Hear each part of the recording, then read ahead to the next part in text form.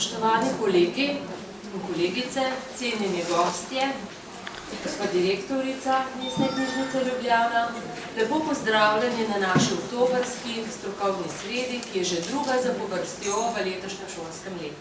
In tako se je pričel letošnji megakviz namreč, že 7. po vrsti. Letošnji megakviz bo namenjen vsem osnovno in srednješolcem po Sloveniji in jih bo v svojem 5-mesečnem obdobju dodobra seznanil s 5 izjemnimi slovenskimi posameznicami. Letošnji kviz bodo zaznamovane pisateljica, pilotka, odvetnica, znanstvenica in še mnogotere druge sposobnosti v teh 5 ženskah.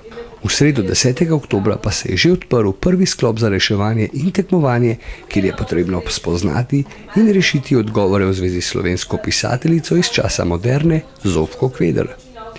Okolikor boste otroci pozorno poslušali kratek intervju z gospo Ivanko, pa boste že poznali kar nekaj odgovorov na vprašanje o Zofki.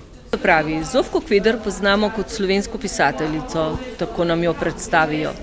Zofka Kveder je bila tudi urednica. Ona je pravzaprav poskrbela, da sta med nas prišla France Bevk pa Prežihov Voranc.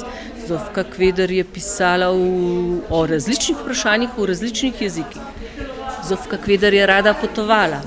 Zofka Kveder je želela, da bi ženske našle svoj prostor pod soncem in tudi ona je iskala svoj prostor pod soncem.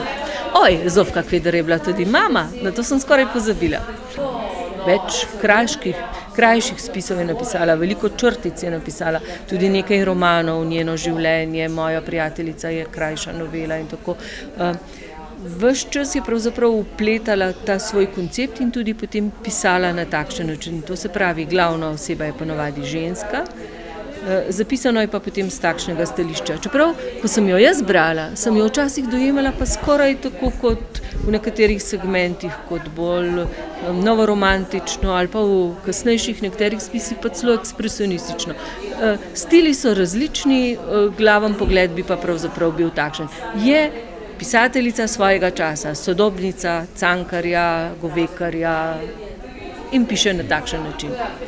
Jaz sem Zofko Kveder poznala iz svojih šolskih in študijskih let predvsem kot eno gospo, ki je napisala nekaj, kar se je reklo Misterij žene. In to smo zmeraj en odlomek recitirali za 8. marec. In sploh drugih stvari nisem veliko poznala. Priznam, tudi jaz se nisem veliko brala. In potem seveda prva stvar, prebrati, kaj je zapisala. In ko si naberem kupček knjig, ugotovim, da je tistega leta, ko sem jaz začela v službo hoditi, leta 1978, išla ena debela knjiga, na katero sem popolnoma pozabila.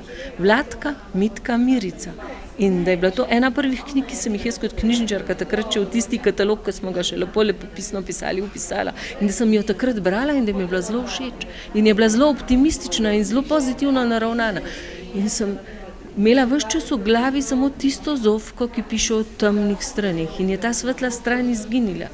Potem sem rekla, je treba raziskati. In sem veliko prebrala, veliko pogledala po spletu, ugotovila, na koliko različnih področjih ona delovala.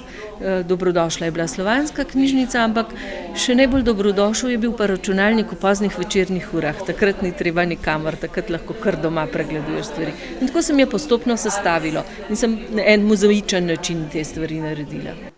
Želimo vam zgolj še obilo sreče in novega znanja, čez 3 tedne pa se na Filternetu ustavite ponovno mik, mi smo namreč že nestrpni.